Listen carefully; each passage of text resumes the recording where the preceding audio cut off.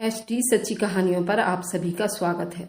आज मैं जो कहानी आपको सुनाने जा रही हूँ यह हमारे गांव की सच्ची कहानी है।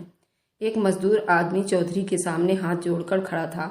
चौधरी साहब, भगवान के लिए मेरे बेटे की तबीयत बहुत खराब है, मेरी मदद कीजिए। मैं आपसे अपनी मेहनत का मुआवजा मांग रहा हूँ। अगर मैंने अपने बेटे को दवाई ना ला कर दी तो वह जान से हाथ धो बैठेगा। लेकिन चौधरी पर बूढ़े आदमी की बात का कोई असर नहीं हुआ। उल्टा उसने अपने आदमियों को कहा कि ले जाओ, उसे दरवाजे से बाहर फेंक आओ। उसकी अच्छी तरह से खातिरदारी भी करना कि उसे अगली बार से पता रहे कि चौधरी के सामने बोलने की सजा क्या होती है। तो आदमियों ने बूढ़े आदमी को इधर उधर से पकड़ा, एक कमरे में ले जाकर उसकी खूब धुलाई की और गेट के बाहर फेंक दिया।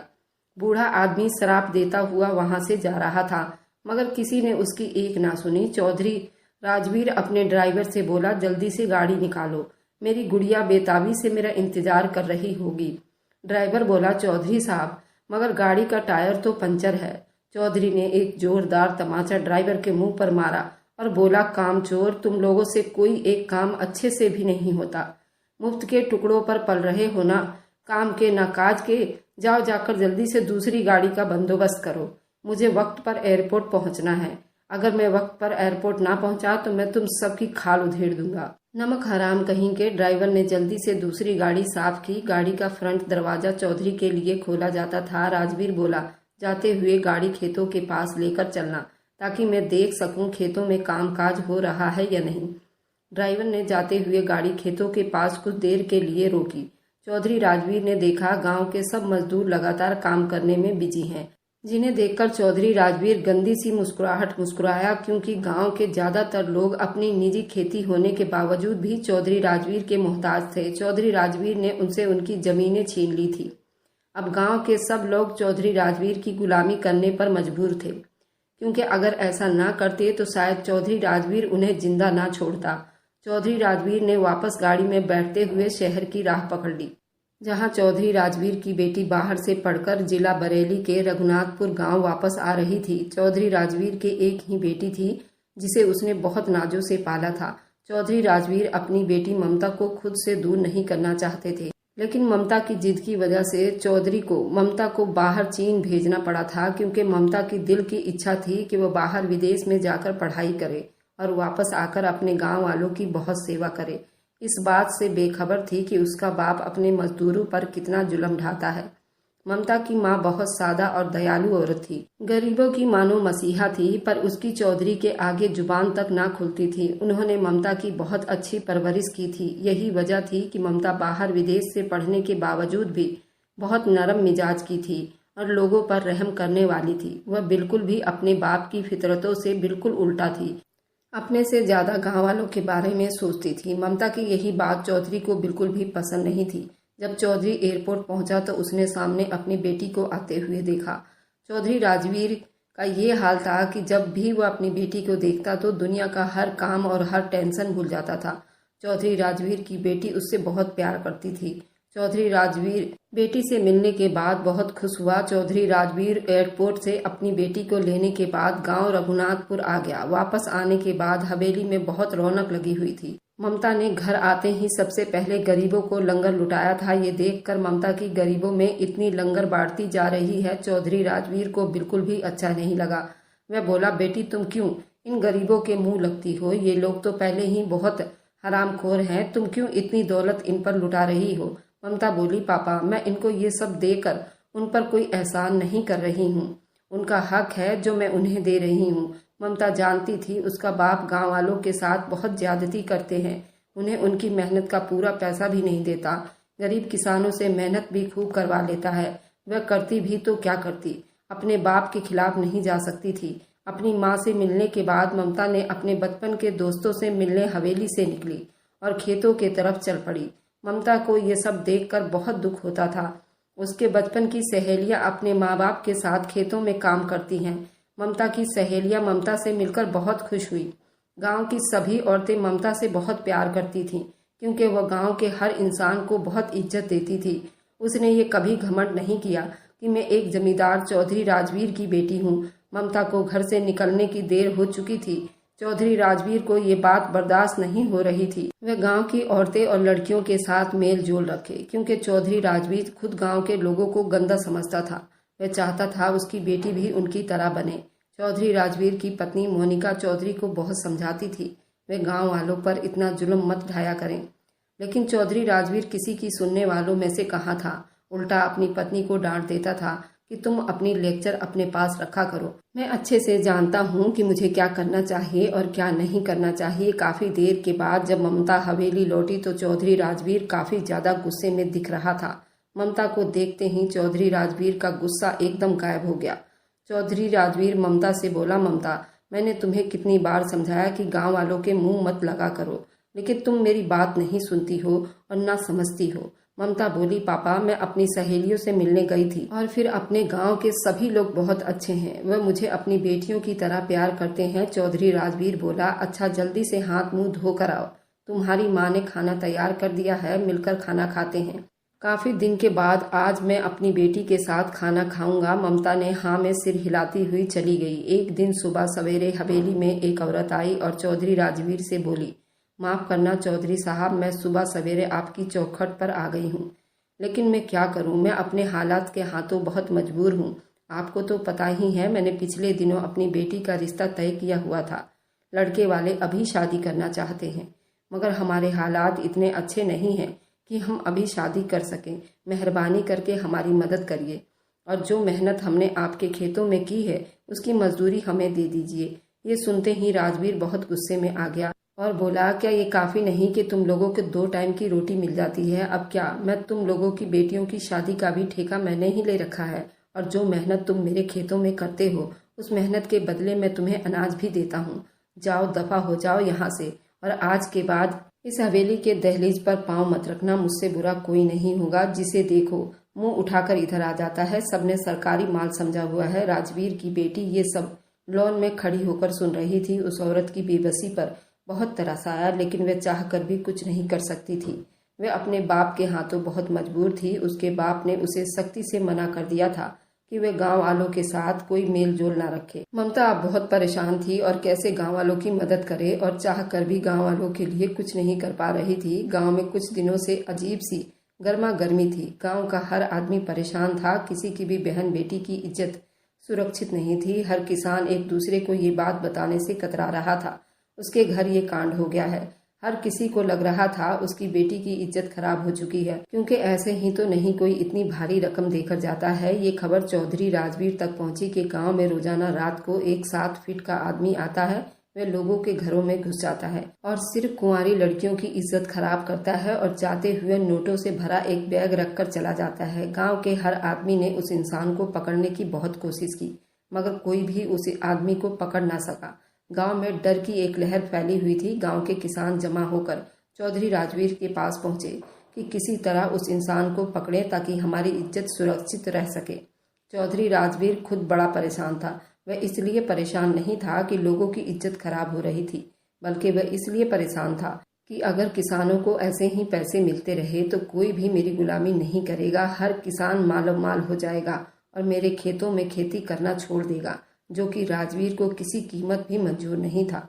राजवीर की बेटी ममता भी बहुत परेशान थी, क्योंकि ये किस्सा उसकी बहुत से सहेलियों के साथ भी हो चुका था। एक तरफ से वह खुश भी थी कि जहां उसका बाप लोगों को एक कौड़ी भी नहीं देता था, वह इंसान नोटों से भरा हुआ बैग देकर जाता था, तो दूसरी तरफ इस वजह से परेशान थी कि वह लोगों की बेटियों की इज्जत खराब कर जाता है।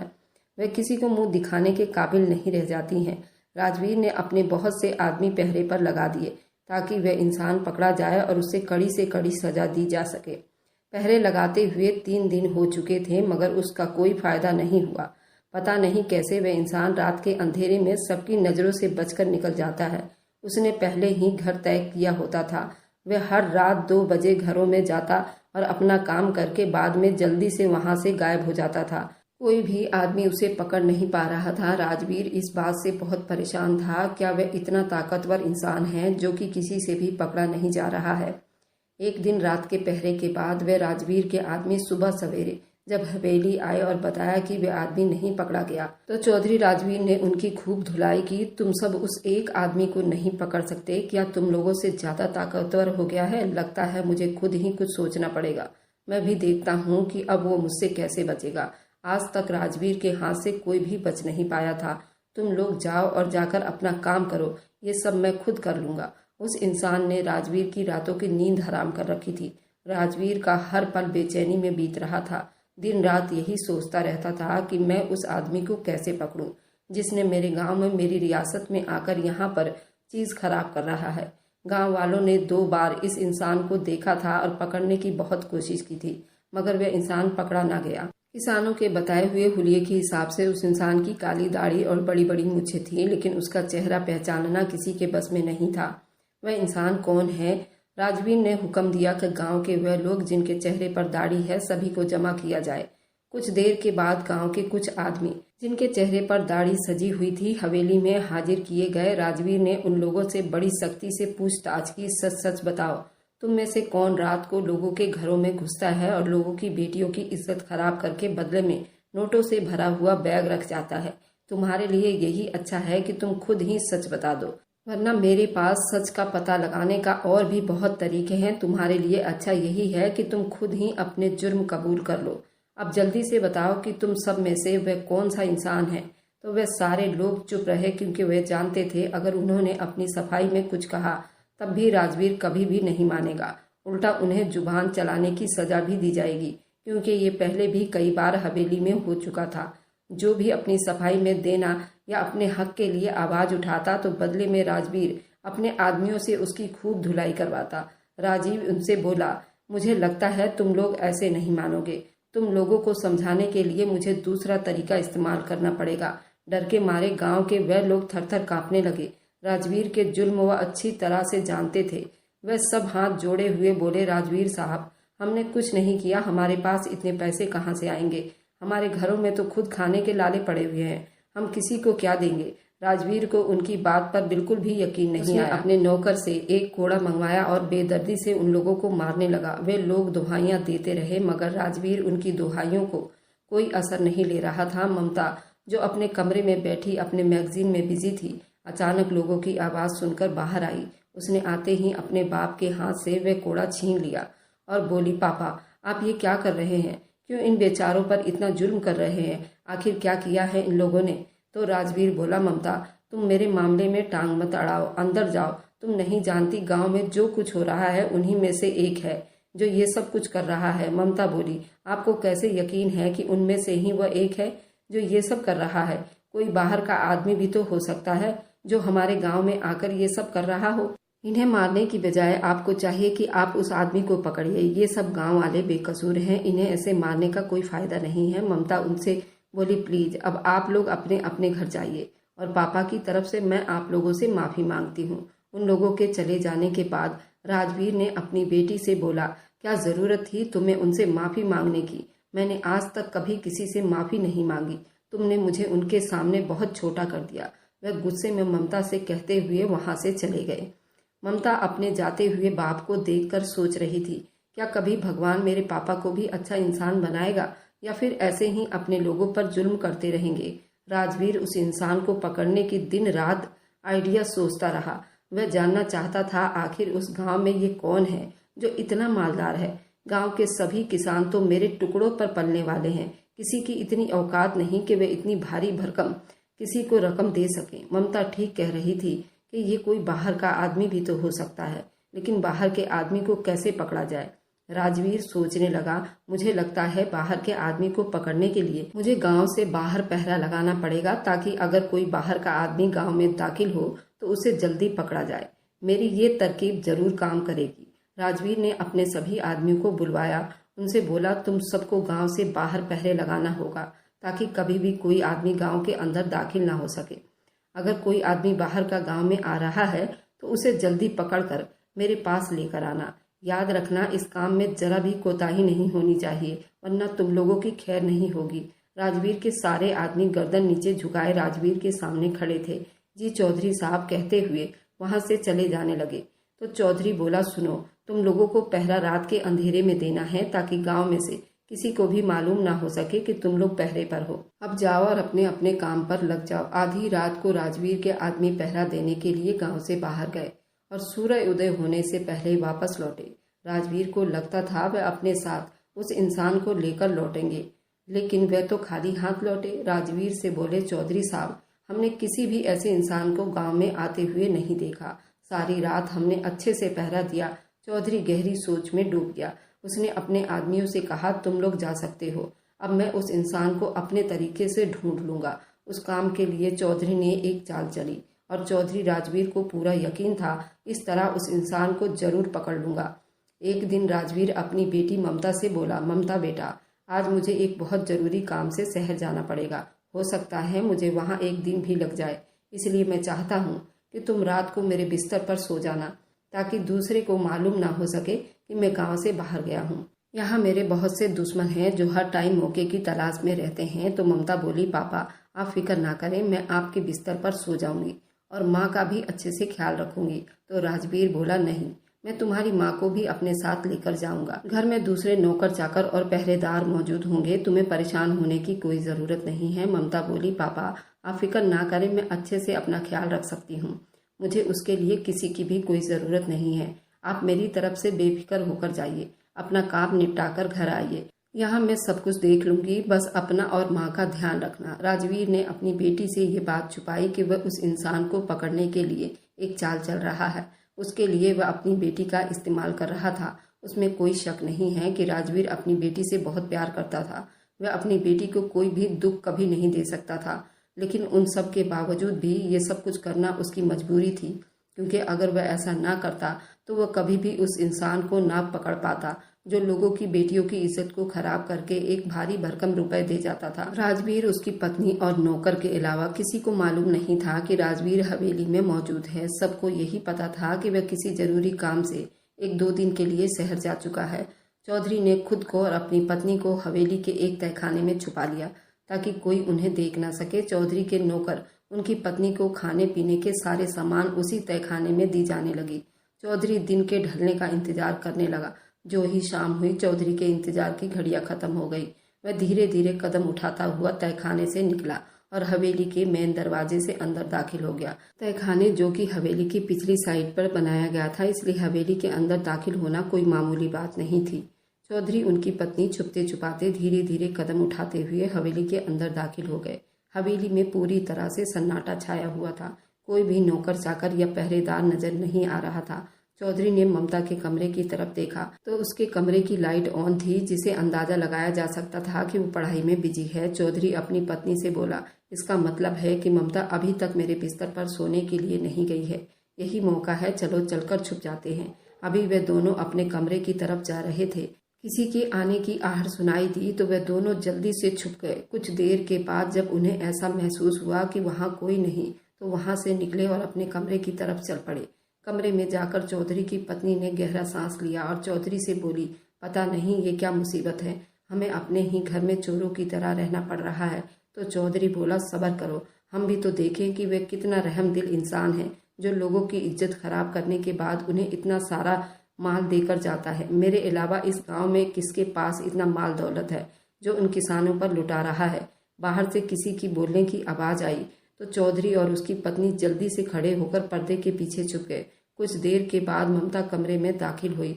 उसके हाथ में एक बैग था जिसमें शायद उसके कपड़े वगैरह होंगे। उन्होंने वह बैग टेबल पर रखा और सोने के लिए लेट गई। चौधरी और उसकी पत्नी ने थोड़ा सा पर्दा सरका कर देखा तो ममता आराम की नींद सो रही थी। ममता की पत्नी बोली, चौधरी साहब, इस बैग में क्या हो सकता है जो ममता ने लाकर रखा है।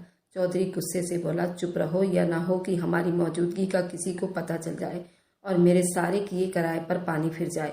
रात का काफी हिस्सा बीत चुका था मगर वह इंसान ना आया जिसका चौधरी साहब और उसकी पत्नी बेसब्री से इंतजार कर रहे थे। चौधरी की पत्नी बोली, मुझे लगता है आज वह नहीं आएगा, लेकिन चौधरी को पूरा यकीन था वह आज की रात हवेली में जरूर आएगा, क्योंकि चौधरी की हवेली के अलावा वह गांव के हर घर में चक्कर लगा चुका था। एक सिर्फ चौधरी का घर रह गया था। जब आधी रात बीत गई, वे दोनों पर्दे के पीछे छुपे रहे। अचानक चौधरी पर्दा पीछे करके देखा तो चौधरी की उस वक्त जान निकल गई जब उसने देखा कि अचानक उसकी बेटी आदमियों के कपड़े पहने और आदमियों की आवाज में बोल रही है। और साथ ही साथ नकली मूछें और दाढ़ी भी लगा रही है। ये सब कुछ देखकर राजवीर के पैरों तले से जमीन निकल गई थी। सोच भी नहीं सकता था कि उसकी जान से प्यारी बेटी ये सब कुछ करेगी। चौधरी गुस्से से पर्दे के पीछे से निकला। अपनी बेटी के पास पहुंचकर उसने एक जोरदार थप्पड़ उसके मुंह पर मारा था। हैरानी के मारे ममता की आंखें फटी की फटी रह गई। उसे यकीन नहीं आ रहा था कि उसके पापा ने उसे थप्पड़ मारा है, क्योंकि बचपन से लेकर अब तक उन्होंने कभी ममता को हाथ तक नहीं लगाया था। चौधरी अपनी बेटी से बोला कि तुमने ये सब क्या किया? मैं तो समझा था कि कोई बाहर का आदमी है जो ये सब कर रहा है। मुझे क्या पता था कि मेरे घर में से ही कोई ये खेल खेल रहा है। ममता, जो काफी देर चुप थी और आंसू बहा रही थी, एकदम से बोली, तो बताइए पापा, मैं क्या करती? आपका गांव वालों पर इतना जुल्म करना मुझसे देखा नहीं जाता था। आप लोगों के मेहनत का मुआवजा भी नहीं देते थे। उल्टा अगर आपसे कोई मेहनत का मुआवजा मांग लेता तो आप उसकी खूब धुलाई करते थे। यहाँ तक कि आप किसी की बहन बेटी की शादी के लिए भी पैसे देने को तैयार नहीं होते थे। मुझसे ये सब कुछ देखा नहीं गया था, इसलिए मैंने सोचा क्यों ना मैं ये तरीका अपना लूं, लोगों की मदद करूं।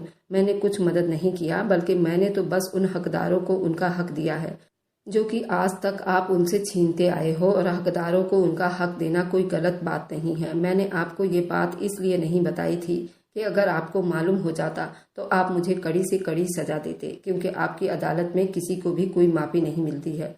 खुद को दुनिया की बदनसीब लड़की समझती हूँ जिसने इस हवेली में जन्म लिया जहाँ इंसान की कोई कदर नहीं और कोई कीमत नहीं। चौधरी चुप से अपनी बेटी की बातें सुनता रहा। चौधरी की बेटी बोली, पापा, मैं आपको आपके सारे पैसे बहुत जल्द लौटा दूंगी। जैसे लिया था वैसे ही लौटा दूंगी।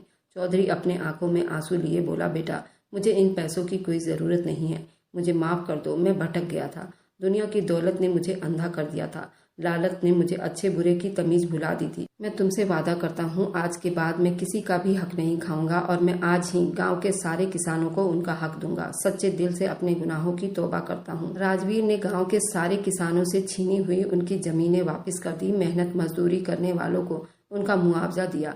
सभी गाँव वालों से अपने बुरे व्यवहार की माफ़ी मांगी। गाँव वालों ने भी सच्चे दिल से चौधरी राजवीर को माफ़ कर दिया। जहाँ लोग चौधरी राजवीर के डर की वजह से उसकी इज्जत किया करते थे, अब अच्छे नीयत से और अच्छे दिल से चौधरी की इज्जत करते हैं, और उसकी बेटी की वजह से उसकी इज्जत और भी ज़्यादा बढ़ गई। ये सब चौधरी की बेटी ममता की वजह से मुमकिन हो सका था। उसकी वजह से उसका बाप अच्छे रास्ते पर चला और उसने लोगों के दिल में अपनी इज्जत बना ली। अब गांव का कोई भी आदमी राजवीर के बगैर कोई भी काम नहीं करता। गांव की हर लड़की की शादी की जिम्मेदारी राजवीर ने खुद ले ली है। सब गांव वाले चौधरी राजवीर के इस व्यवहार से बहुत खुश हैं, और वे सब ममता और चौधरी राजवीर के लिए भगवान से प्रार्थना करते हैं। सभी गांव वालों की दुआएं और प्रार्थनाओं के बदौलत ही उनके आगे नस्लें भी इतनी अच्छी और ईमानदार है, और सभी अच्छे अच्छे पोस्ट पर तैनात हैं, और आज तक ये कहानी सभी के दिलों में मौजूद है। अगर आपको आज की कहानी पसंद आई है तो वीडियो को जरूर लाइक कीजिएगा और अपने दोस्तों के साथ शेयर भी कीजिएगा। और हाँ, अगर आपने अभी तक हमारे चैनल को सब्सक्राइब नहीं किया है तो जरूर सब्सक्राइब कर लीजिए। मिलते हैं हम अपनी कल की एक नई दिलचस्प कहानी के साथ। मुझ पर अपना सदा प्यार और स्नेह बनाए रखें। सभी को मेरा प्यार भरा नमस्कार दोस्तों।